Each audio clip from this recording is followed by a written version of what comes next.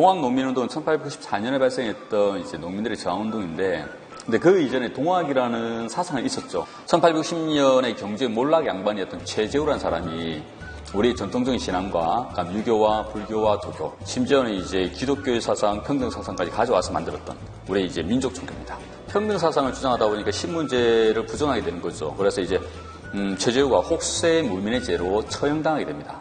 교조가 이제 죽게 되는 사건이 벌어지는 거죠. 그래서 동학교도들은 자신들의 교조가 억울하게 죽었다 라고 자신들의 교조의 억울함을 풀어달라라는 운동을 펼쳐나갑니다.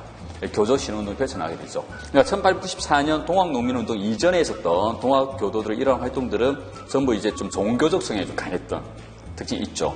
근데 이제 3차 교조 신운동이었던 보훈집회 때부터 그 좀 정치적 성향이 나타나기 시작하면서 1894년 동학농민운동으로 발전되어 가게 됩니다. 동학농민운동 같은 경우는 이제 흐름을 좀 잘 잡아줘야 되는데 1기, 2기, 3기, 4기 이렇게 시기를 좀 구분해서 공부를 하면 좋을 것 같고요. 1기 같은 경우는 이제 고부밀랑기라고 보시면 되고요.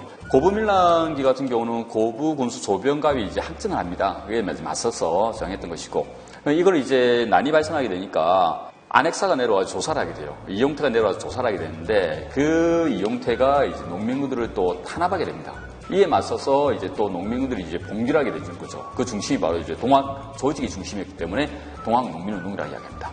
자, 2기 같은 경우는 이제 그 동학 조직의 중심이 된 봉기가 일어났던 시기가 되고요. 그래서 그때는 종학 조직의 남접, 북접이 있는데 남접 중심으로. 그다음에 인물로 보자면 전봉준이라든가 손화중이라든가 김계남 같은 주로 남접 중심의 지도자들이 중심이 되어서 했던 것이고요. 지도를 보시면 이 남접 중심의 이제 조직들이 그래서 1차 봉기라고 난 다음에 고부에서 밑으로 한번 싹 돕니다. 이렇게 밑으로 한번 싹 돌면서 이제 그 전라남도까지 내려가가지고 농민들을 규합하거든요. 그러면서 이제 황토연 전투와 황룡촌 전투에서 승리하게 됩니다. 그러면서 이제 전라도의 정치, 군사의 중심이라고 할 수 있는지 전주성에 입성하게 되는 거죠. 전주성을 차지했다는 것은 전주 전체를 다 차지했다는 의미가 가지는 거거든요. 그래서 결국에는 이제 전라도 지역은 이제 농민군의 손에 들어가게 되는 거죠. 그렇게 되니까 이제 정부에는 이제 타협을 보게 됩니다. 전주 화약기로 넘어가게 된 배경이 됩니다. 근데 이제 전주성을 빼앗기고 난 다음에 정부 같은 경우는 급하니까 청나라 군대에게 도움을 요청해요. 청나라 군대가 들어오게 됩니다. 청나라 군대 들어오는 것도 전주 화약이 체계되는 배경 중에 하나가 됩니다. 자신들이 탄압하는 학정에 맞서서 저항한 건데 외국 군대까지 들어왔단 말이죠. 그건 원하는 게 아니었죠. 그래서 이제 정부와 화친을 맺게 되는 거. 이게 바로 전주 화약의 배경이 되고요. 근데 청나라 군대가 들어온다는 것은 또 뭘 상징하냐면 일본군이 들어오는 빌미를 줍니다. 딱 10년 전에 갑신정변이 1884년에 발생을 해요. 근데 그때 갑신정변의 결과로 청나라와 일본이 맺은 조약이 있었거든요. 텐진조약이라는 것이 있었습니다. 그 텐진조약으로 청나라와 일본은 동시 군대 파병권을 가지게 된 거죠. 그래서 이제 청나라 군대는 우리가 요청해서 들어왔던 것이고 아사마주로 들어와요. 그랬더니만 이제 정부와 동학교도들이 5월 8일에 이제 그 화친을 맺어요. 전주 화약을 체결하거든요. 그런데 5월 9일에 이제 일본군이 인천항 쪽으로 들어옵니다. 그러면서 전진됐어요 하면서 들어오는 거예요. 근데 때려주고 싶죠. 그래서 한반도가 졸지에 이제 그 외세의 각축장이 돼버립니다. 이게 중요한 포인트 중에 하나죠. 그 다음에 이제 아까 말했듯이 동학 농민 조직으로 보자면 이제 3기로 넘어가면서 전주 화약을 체결하게 되면서 화친을 맺으면서 전라도 일대에 대한 자치권을 가지게 됩니다, 농민들이. 그래서 이제 집강소라는 걸 만들고, 여기 집강소에서 이제 폐정개혁안이라고 화약을 맺었던 그 내용들을 집행해 가죠. 그 다음에 정부도 역시 마찬가지로 이제 동학교도의 요구들을 받아들이기 위해서 또 운영해 가기 시작합니다. 농민들의 요구들이 반영되어 가면서 뭔가 좀 변화가 있는 것처럼 보였는데 여기서 또 정치적 급변이 터집니다. 그게 바로 뭐냐면 일본군이 경복궁을 습격하게 됩니다. 자, 이게 바로 일본의 경복궁 습격 사건이 터지게 돼요. 이걸 이유로 해가지고 일본은 이제 고정을 겁박하고 그 이틀 뒤에 바로 아사마로 들어가서 풍도에 이제 있던 청나라 군대를 습격하게 됩니다. 청일 전쟁이 되고 청일 전쟁은 일본의 전쟁으로 제국주의를 만들려고 하는 야심의 첫 작품이 되는 거죠. 그러니까 교정청 없애버리고 그래서 이제 자신의 입맛에 맞는 내각을 구성하게 됩니다. 이게 바로 가보 1차 내각이 되고 군국기문처가 설치가 됩니다. 이게 바로 이제 또 농민군들이 봉기하게 된 이유가 되죠. 자, 2차 봉기 같은 경우는 9월인데 남접뿐만 아니라 이제 북접까지 들어오게 되고요. 북접의 지도자를 할 수 있는 손병희도 참여하게 됩니다. 남접과 북접이 이제 그 논산이라는 곳에서 만나요. 논산에서 만나가지고 이제 서울로 가자 하다가지고 위로 올라가면서 공주를 거치게 됩니다. 공주를 거쳐서 올라가면서 이제 우금치라는 곳에서 이제 일본군과 관군 연합부대가 만나게 되죠. 근데 여기서 패배를 하게 됩니다. 그래서 결국에는 동학농민운동은 실패로 끝나게 되죠. 실선으로 되어 있는 것이 바로 동학의 1차 봉기 과정이 되죠. 1차 봉기 과정은 고부에서 밀란이 발생하고요. 그 다음에 이렇게 쭉 밑으로 한번 내려왔다가 한평 나주를 거쳐가지고 전주까지 들어가는 거기까지를 이야기하고요. 그럼 2차 봉기 같은 경우는 전주에 출발하죠. 서울로 올라가기 위해서 그래서 일본군을 몰아내기 위해서 전주에 출발해가지고 그게 뭐 논산이라는 곳이 있습니다. 자, 논산에서 남쪽 북쪽에 모여요. 그러면서 이제 서울로 올라가는 길에 그 공주란 곳이 있죠. 공주 옆에 밑에 우금치라 적혀 있는데 우금치에서 일본군과 관군 연합부대에게 피하게 됩니다. 당시 우리 농민군들이 얼마나 됐냐에 대해서는 약간 논란이 있긴 하지만 60여만 정도 됩니다. 우금치를 제외한 전국에 있는 우리 농민군들이 60여만 명 되고요. 출동했던 일본군이 2천여 명, 관군 또한 2천여 명. 엄청난 이제 병력임에도 불구하고 무기라든가 이런 데서 많이 밀리게 되죠. 그래서 결국에는 이제 우금치에서 몰살하게 됩니다.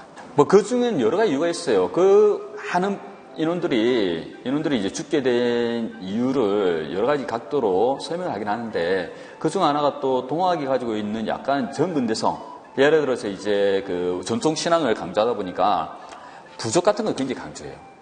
그래서 이제 우금치 전투 이렇게 바로 전날에 농민군들이 일본군의 신식무기, 그 당시 신식무기 이제 연발총 있지 않습니까? 여기 신식무기였습니다. 이걸 가지고 들어왔던 소식 듣고 두려워하고 있으니까 전봉전이 이제 겁내지 마라 라고 하면서 우리 농민군들 다 모아놓고 시범을 보여요. 이 부족만 있으면 총도 나를 죽이지 못할 것이다. 부족을 가슴에 탁 넣고 자기 부하들에게 총을 쏘라 갑니다. 총을 팍 쏘죠. 근데 전봉전이 뭐예요? 맞는 척해요. 쓰러진 것 같으면 갑자기 탁 일어나요. 독보를 탁 펼쳤는데 앞에서 탄피가 우르르 쏟아져. 선비 와 이러죠. 이 총알이 나를 죽이지 못한 이유는 바로 이 부족이 있기 때문이다. 내가 내일 너희들에게 이 부족을 모두 나눠주겠다. 가서 열심히 싸우자! 라는 거 와 이러는 거죠. 가지고 부족 탁 해놓고 그냥 가는 거예요 그냥. 그 당시 이제 아까도 말했지만 최신식 무기 연발총 있지 않습니까? 이거 가지고 팍 쏘고 있는데 죽창 들고 낫 들고 가는 거예요. 우리 당시 이제 농민군들은 화승총이 있긴 했는데 화승총은 없는 사람도 많았거든요. 화승총을 쭉 쏘고 이거 이제 굉장히 이제 시간 많이 걸리고 하여튼 그래도 이제 총도 없는 사람들은 그냥 죽창 들고 가는 거죠. 따발총 앞으로 연발총 앞으로 가는 겁니다. 왜? 부족이 있기 때문에. 가다 보면 다 쏘잖아. 다 죽죠 당연히. 그러니까 이게 이제 아까도 말했죠. 60여만 명에 10,000명도 안 되는 심지어는 이제 7,000명도 안 되는 그 연합부대가 이렇게 몰살을 당한단 말이죠. 이게 아쉬운 부분이지 않아요. 자, 그 다음 좀 더 구체적으로 보도록 하겠습니다. 자, 고보밀란기는 고봉우수 조병업 학정이죠. 만석보는 큰 저수지 만들었는데 여기 이제 오는 물을 가지고 수세를 받는다든가 자기 아버지 이제 공덕비를 샀는데 백성들에게 돈을 받는다든가 이래가지고 이제 저항했던 것이고요. 그 대표적인 전개 과정을 보면 첫 번째 사발통문이 나오죠. 자, 사발통문이라는 것은 뭐냐면 그 사진이 나올 겁니다. 그게 동그란 부분이 있는데 동그란 부분 바로 사발을 엎어놓은 겁니다. 사발을 엎어놓고 이름을 적어요. 누가 주도자인지는 모르게 하기 위해서 그래놓고 자신들이 요구하는 것들을 적고요. 이걸 이제 당시 그 보부상들에게 나눠줍니다. 그럼 보부상들이 가면서 통문이요! 라고 하게 되면 다 모여요. 다 모여가지고 통문을 계속 나눠주는 겁니다. 이런 식으로 다른 지방에 연결하는 거죠. 그래서 통문을 돌리고 몇 시에 어디서 보자! 라고 해가지고 이제 고부가 하나 습격하게 됩니다. 그 사발 통문의 내용을 보자면 고부성을 격파하고 군수 조병갑에 흡수할 것 이런 것들을 이제 내 겁니다. 요 가치에 이제 동참하는 농민들이 그때 모이는 거예요, 한시. 그래서 고부가 하나 습격했던 겁니다. 사발 통문이 이제 대표적인 사료가 되고 고부가 하나 습격하게 되고 그래서 이제 그 조병갑은 도망가버리고 신임 군수가 와가지고 농민들의 요구를 받아들이겠다라고 해가지고 사진에 세냈거든요. 아무 문제 없었는데 문제는 그 다음에 안핵사로 왔던 이용태가 탄압했답니다. 이게 1차 봉기로 넘어가게 된 계기가 되죠. 안핵사 이용태 탄압입니다. 농민군들을 이제 안핵사 이용태가 와가지고 막 잡아들이니까 농민군들이 또 저항했던 겁니다. 그때 이제 아까 말했듯이 남접주도로 해가지고 전봉준이라는 인물 중심으로 저항했던 것이고요. 자, 저항했던 장소가 바로 그 백산봉기라고 나오는데 백산 지역입니다. 그래서 백산 지역에서 봉기했기 때문에 백산봉기라고 이야기하고 그때 발표했던 내용이 백산경문이라고 하는 호남 창의소라는 글이 있고요. 그 다음 행동강령 4대 강령이 있습니다. 그중 시험 문제에서 잘 나오는 것이 바로 백산봉기에서 했던 강령. 그러니까 경문이죠, 경문. 그래서 밑에 보면 백산경문이 나오죠. 백산경문에 제가 밑줄 끄는 부분이 있는데 밑줄 끄는 부분만 잠시 보자면 우리가 지금 을을 내세워 주장하는 것은 그 본의가 다른 데 있지 아니하고 창생의 도탄에서 건지고 국가를 반석 위에 두려는 것이다. 안으로는 타막한 관리의 머리를 베고 밖으로는 횡포한 강정무리를 구축하고자 합니다.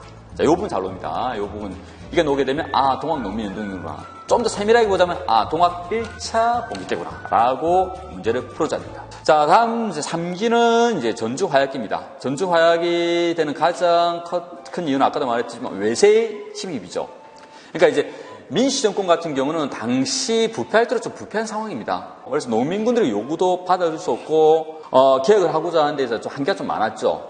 그러다 보니까 이제 결국에는 농민군들에게 이제 전주를 뺏기게 된 거고. 그래서 당황한 이제 그 민비 세력 민시 정권은 청나라에게 도움을 청하게 됩니다. 또 청나라 받아주세요 이렇게 된 거죠.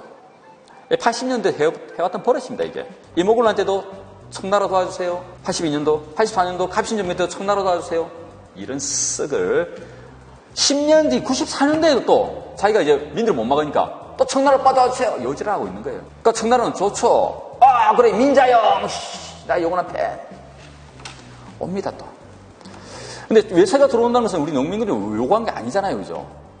그러니까 우리 농민들은 됐다. 우리는 외세까지 끌어들이면서까지 전쟁하고 싶지 않다. 라고 해가지고 화친을 맺었던 겁니다. 이게 전주화약이 되고 그때 맺은 적이 패전개혁안 12조라는 것이 있습니다. 밑에 이제 사료가 나오는데 패전개혁안 12조 내용은 짧게 보자면 이런 거죠. 그 민들을 옥죄했던 모든 봉건적 악습을 없애달라는 겁니다. 그중 대표적인 거 보자면 5조 같은 것들입니다. 노벨문서를 소각해라. 신문제적인 문제까지 제시하고 있다는 거. 그 다음에 12조 같은 경우도 재미난 부분이죠. 토지는 평균화의 분자가. 이 부분 같은 경우는 근대 시기의 사료들 중에 유일합니다. 토지를 농민에게 나눠달라는 거예요. 농민들의 이제 가장 요구하는 부분이었다는 거. 그래서 근대 사료 중에 유일하게 토지 분배 부분은 동학농민운동 사료밖에 없습니다. 패전개혁은 12조라는 거죠. 자, 그 다음에 10조도 재미난 부분이죠. 외와 통하는 자는 엄징한다. 이게 바로 이제 그 반외세적 의미가 있는 거죠. 그래서 이제, 내적으로는 반봉건적 악습했음. 외적으로는 반외세. 그러니까 외세의 침탈을 막고자 하는 이런 민족적 성향이 강했던 운동이 바로 동학농민운동이다라고 평가할 수 있습니다. 자, 그래서 이제 농민들은 이러한 패전개혁안을 실천할 필요가 있겠죠. 그래서 전라도 일대에 이제 집강소라는 것을 설치합니다. 그럼 정부는 이제 교정청을 설치해가지고 운영해 갑니다. 자, 그럼 유생도 적어놨죠. 유생은 민보군을 구성해가지고 자신의 재산을 지키려고 하죠. 그래서 농민들과 이제 대립하게 됩니다. 자, 그런 가운데 이제 또 중요한 사건이 터지게 되죠. 그래서 이제 농민들의 요구들이 반영되어 갈 것 같았는데 이제 일본이 또 이게 고춧가루를 뿌려요. 진짜 도움 안 된 놈들입니다. 그래서 청나라 군대도 이제 곧 철수할 것 같고, 그 다음에 농민군들의 요구도 이제 곧 반영되어 가면서 개혁이 이루어질 것 같았는데, 일본이 와가지고 이제 청나라에게 자꾸 밀리니까, 그래서 자신이 이제 우리에게 이제 개입하기 시작한다. 그래서 너희들이 조선의 개혁을 도와줄 테니까, 자신들이 조언을 들으라는 이야기죠. 우리가 거부합니다. 너희들 조언 필요 없다. 나가라. 라고 하니까 명분이 없죠. 그러니까 이제 압박하기 위해서, 겁박하기 위해서 경복궁을 습격하게 되는 거죠. 이게 바로 경복궁 습격 사건이 됩니다. 예, 자, 지금 보고 있는 게 영추문입니다. 영추문인데, 영추문 같은 경우는 이제 경복궁의 서쪽문이죠. 원래 이제 일본군이 여기를 먼저 치고 들어왔습니다. 영추문을 치고 들어가가지고, 하려고 했는데 잘 안 열렸죠. 처음에 이제 그 문을 부수려고 했는데 못 부수고, 그러다 보니까 이제 나중에 담을 넘어가고 막 그래요. 월담해가지고 결국 영추문을 접수하게 됩니다. 그래서 한 오전 5시쯤에 영추문을 돌파하게 되고요. 그 다음에 이제 그 병력들이 이제 광화문으로 가가지고 광화문을 이제 접수하게 되죠. 그 다음에 일단은 이제 부대들은 또 건축문 쪽으로 합니다. 건축문이 바로 이제 경복궁의 동쪽에 있는 문인데, 여기서는 우리 우리 그 경비병들하고 교전하게 됩니다. 그래서 교전이 굉장히 커지게 되죠. 그러니까 이제 아까 말했던 광화문에 있는 요 병력들이 건축문 쪽으로 가가지고 결국에는, 우리 경비병들이 이제 밀리게 됩니다. 밀려가지고, 이제 경복궁 뒤에 숲쪽이 있거든요. 숲쪽까지 이제 밀리게 되고, 숲쪽에서 이제 지속적으로 계속 교전이 있게 됩니다. 그래서 이제 일본군 같은 경우도 이제 광화문에 있는 병력과 건축문에 들어오는 병력 좀 넘어와가지고 이 숲속에서 이제 교전하게 되는 거죠. 결국 오전 7시 반에 양쪽 사격이 멈추게 됩니다. 일본군이 경복궁을 점령하게 되는 거죠. 당시 이제 야마구치인데 대대장이 이제 일본 야마구치 대대장이 고종을 배로 갑니다. 가가지고 하는 말이 양국 군대가 충돌하게 됐으니까 유감스럽다. 그렇지만 귀 군대가 우리에게 병력을 줘가지고 우리는 들어오게 됐다. 앞으로 임금의 안위는 우리가 모시겠다라고 하는데 대대장이 칼을 빼두고 있었어요. 그렇죠. 협박입니다. 이거는 이제 오토리 용사를 비롯한 고종을 이제 밀어내고 대원군이 섭정하게 되는 계기가 되는데 오토리 공사의 머리에서 나왔던 이제 협박이었죠. 자, 하여튼 이제 그 이틀 뒤에 청일 전쟁이 발생하게 되고 일본의 침략은 가시화되기 시작합니다. 자, 이게 바로 이제 아까 봤던 이제 2차 봉기의 원인이 되었던 일본군의 경복궁 습격이 되죠. 자, 이 굴욕에 맞서서 이제 동학 농민군들이 또 일어나게 됩니다. 그래서 이제 이때는 이제 남전만 일어서는 게 아니라 북쪽까지 합쳐가지고. 그래서 아까 이제 전주가 있었다고 했죠. 전주에 이제 집강소를 총괄하는 그런 이제 본부가 있었는데 여기에서 이제 서울로 올라가게 됐죠. 그래서 이제 지도에서 보게 되면 이제 공주 쪽으로 올라가게 되는데 그 전에 이제 논산이라는 곳이 있어요. 그래서 논산에서 당시 충청도에 있던 이제 북쪽과 그 다음에 전라도에 있는 남쪽이 만납니다. 만나가지고 이제 공주로 올라가게 되는 거죠. 논산에서 공주로 넘어가는 고개에 이제 우금치라는 치자가 고개 치자인데 큰 고개가 있어요. 여기서 이제 일본군 우리 강군연합부대와 교전하게 되고 그래서 이제 패배하게 됩니다. 자, 그 다음 밑에 제가 이제 비교해서 적어놓은 부분이 있는데 여기 가보 2차 내각이라는 부분을 넣어줘. 자, 이건 뭐냐면 우금치 전투 이후에 이제 일본은 완전히 이제 승세를 잡습니다. 그래서 이제 청일 전쟁에서 승세를 잡고 동학농민운동에서도 승세를 잡게 되는 거죠. 그래서 이제 그 전에 있었던 1차 내각이었던 북구 기무처럼 완전 몰아내버리고 갑신정변 이후에 일본에 망명가 있던 박용효라는 사람 데려와요. 신입하라고 보면 됩니다. 데려와가지고 이제 힘을 얻죠. 제2차 내각을 구성하게 됩니다. 그 전에 있었던 이제 1차 내각과 그 다음에 성격으로 비교해보자면 약간 더 친위적 성향이 강했던 내각이라고 보면 되고요. 자, 그 박용효의 영향으로서 이제 12월 달에 독립초고문과 공범 14조를 발표하게 됩니다. 이렇게 되면서 이제 제2차 가보개혁은 시작되게 되죠. 동학농민운동 가보개혁과도 연계됩니다. 자, 사료를 보도록 하겠습니다. 2차 봉기와 관련돼서 놓을 수 있는 사료는 이제 전봉준의 공초가 나오죠. 공초는 재판 기록문을 이야기합니다. 자, 그걸 보면 이제 이렇게 물어보고 있죠. 다시 난을 일으킨 이유는 뭔가? 그러니까 1차 봉기 아니야 2차 봉기하기 이유는 뭔가? 라고 이야기하니까 전봉준이 그런 이야기합니다. 일본이 개화라칭하고 처음부터 민간의 이런 방구의 말도 없이 군대를 거느리고 우리 서울에 들어와 밤중에 왕궁을 공격하여 임금을 놀라게 하였다. 자, 이게 바로 일본군의 경복궁 습격 사건이 되는 거죠. 그래서 이제 이걸 이유로 해가지고 다시 난을 일으켰다. 봉기를 했다라고 이야기합니다. 그게 바로 2차 봉기의 가장 중요한 이제 사료라고 보시면 되고요. 그 다음 밑에는 전봉준의 절명시가 있습니다. 전봉준의 마지막 시입니다. 자, 밑에 놓은 게 민요 파랑새죠. 이 노래 전부 다 알 거예요. 아는데 여기서 말하는 파랑새는 파왕새라고 해가지고 청나라 군들이 이야기합니다. 그럼 여기 말하는 녹두꽃은 녹두장군이라 칭해졌던 전봉준 장군을 이야기합니다. 그래서 이제 청나라 군대 출동에 대해서 좀 비판적인 그러한 이제 내용도 포함되어 있다고 확인할 수 있죠. 반봉건적 성격으로서는 노빔소 소각이라든가 토지를 이제 평균해서 분작한다 이런 내용들이 들어갈 수 있고, 반외세적 측면이라고 하게 되면 10조의 내용이었죠. 외와 통하는 자는 엄징한다라는 성향이 있습니다. 자, 그다음 의로서는 이러한 이제 내용들이 나중에 그 가보개혁에 영향을 주게 되죠. 그래서 가보개혁은 갑신정변과 동학농민운동의 내용들이 전부 다 영향을 줘가지고 나왔던 우리 근대적 개혁이 됩니다. 가보개혁에 영향을 주게 되고요. 동학농민운동의 잔중 세력이 나중에 의병에 참여하게 됩니다. 그래서 1895년도에 있었던 을미의병과 1905년에 있었던 을사의병, 1907년에 있었던 정미의병까지 계속적으로 이제 동학농민운동 세력이 쭉쭉 참여하게 되는 계기가 되죠. 그럼 이 동학농민운동이 어떻게 시험에 나오는가를 잠시 보고 가도록 하겠습니다. 자, 경찰기치 문제인데, 이 문제 같은 경우는 이제 전형적인 경찰 스타일이라고 보시면 됩니다. 뭐죠? 순서를 물어보는 문제죠. 그러니까. 자, 다음에 제시된 역사적 사건들을 시간 순서대로 바르게 나열한 것은 이라고 봅니다. 자, 일단 우리 아까 잠시 봤기 때문에 몇 가지 정도만 한번 판단해 보도록 하겠습니다. 자, 첫 번째 기억은 우금치 전투죠. 자, 우금치 전투는 제일 마지막 전투라고 보시면 돼요. 그죠? 1894년 11월이라고 보시면 되고. 자, 그 다음에 이제 니은은 전주화약입니다. 전주화약은 1894년 6월이 되고요. 5월이 되고. 그러니까 이제, 5월 5일에 청나라 군대가 들어오게 되고, 5월 8일에 전주화약을 체결하게 되고, 5월 9일에 인천항 쪽으로 이제 일본군이 들어오게 됩니다. 그래서 5월이라고 보시면 되고. 그 다음에 디귿은 황룡천 전투죠. 황룡천 전투 같은 경우는 제1차 봉기 때 나왔던 거죠. 그래서 이제 황토현 전투, 황룡천 전투, 그 다음에 전주 입성, 이렇게 가거든요. 그래서 4월이라고 보면 되고.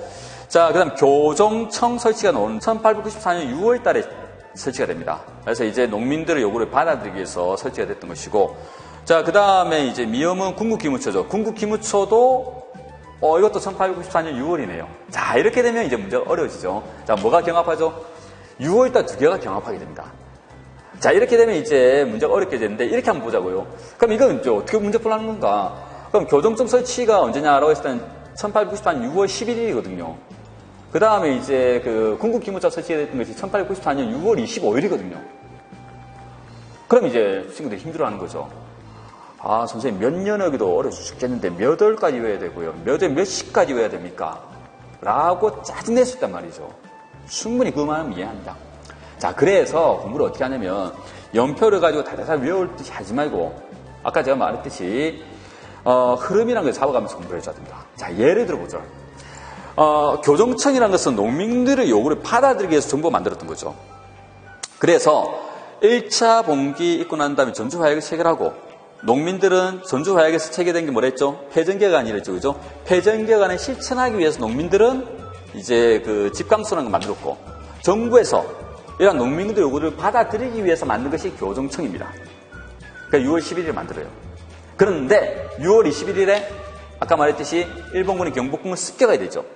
교정소 설치 이후에 일본군이 경복궁을 습격하게 되고 그 이틀 뒤에 23일에 청일전쟁이 발생하게 되고 그럼 그 25일에 바로 이제 교정청을 없애버리고 자신의 입맛대로 개혁을 해나가기 위해서 가보 1차 내각을 만들거든요. 그 가보 1차 내각이 바로 궁극기무처입니다. 자, 그러면 같은 6월이지만 순서로 보자면 어떻게 된다? 교정청이 나오고 나중에 교정청 없애버리고 궁극기무처를 만들게 되는 거죠. 그러니까 내가 만약에 몇 월 10일이냐 25일이냐 못했다 하더라도 기본적으로 흐름을 안다면 문제를 맞출 수 있게 되는 거예요. 그죠? 자, 그럼 순서대로 한번 보도록 합시다. 제일 먼저 4월달께 나오죠. 황룡천 전투, 디귿. 그 다음에 5월달께 나오죠. 전주화약, 니은. 그럼 6월달께 나옵니다. 자, 6월달께 충돌하게 되는데 리얼, 미음 중에 뭐가 먼저 나옵니다? 리얼이 먼저 나와주고 그 다음 미음으로 가지고 그 다음에 11월달 우군 전투로 가게 되는 겁니다. 그래서 공부할 때 항상 근데는 다시 한번 말하지만 연도를 외우세요. 그게 편합니다. 근데 만약에 연도를 외웠다 하더라도 이런 문제 같은 경우 연도를 외워서 되는 문제 아니잖아. 그럼 연도를 외웠다 하더라도 기본적인 흐름은 내 나름대로 스토리를 가지고 있어줘야 한다는 거죠. 자, 이거는 2019년도 국가직 구급 문제죠. 가의 체결 이후에 일어난 사실로 옳은 것은 청군과 일본군의 개입으로 사태가 악화되자 농민군은 패전개혁을 제시하며 정부와 화친을 맺죠. 이게 바로 전주화약입니다. 자, 그러면 전주화약 체결 이후에 일어난 사실입니다. 그러면 전주화약이 체결했던 것이 아까 3기 전주화약기가 되는 거죠. 그러면 그 뒤에 놓은 것은 4기 2차 봉기 쪽으로 가면 되겠죠. 1번 농민군이 황토현에서 감영군을 격파했다. 황토현 전투하고 황룡천 전투는 1차 봉기 때입니다. 2기 때, 그러니까 1차 봉기 때가 되고, 2번 고부군수 조병갑이 만석포를 쌓아 수세를 강제로 거뒀다. 이거는 고부밀란과 관련되어 있는 거죠. 그러니까 1기로 갑니다. 3번 안핵사 이용태가 농민을 동학도로 몰아 처벌하였다. 안핵사 이용태가 나오게 되면 1기에서 2기로 넘어가게 되는 고부밀란기에서 제1차 봉기로 넘어가는 그 계기가 됐던 사건이죠. 그래서 이거는 1기와 2기 사이로 가져야 되고 4번 남적군과 북적군이 논산에서 합류하여 연합군을 형성하게 되고 서울로 올라가는 길에 우금치 전투에서 전쟁을 하게 되는 거죠.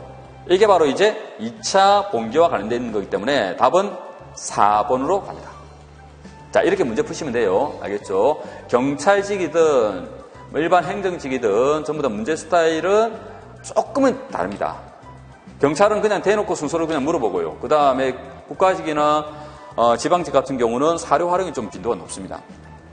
근데 그럼에도 불구하고 기본적인 순서, 머릿속에 아까 1기, 2기, 3기, 4기, 그 다음에 그렇게 넘어가게 된 배경이 되는 사건들, 이게 유기적으로 스토리처럼 나와져 있어야 됩니다. 그래야지만 합격할 수 있어요.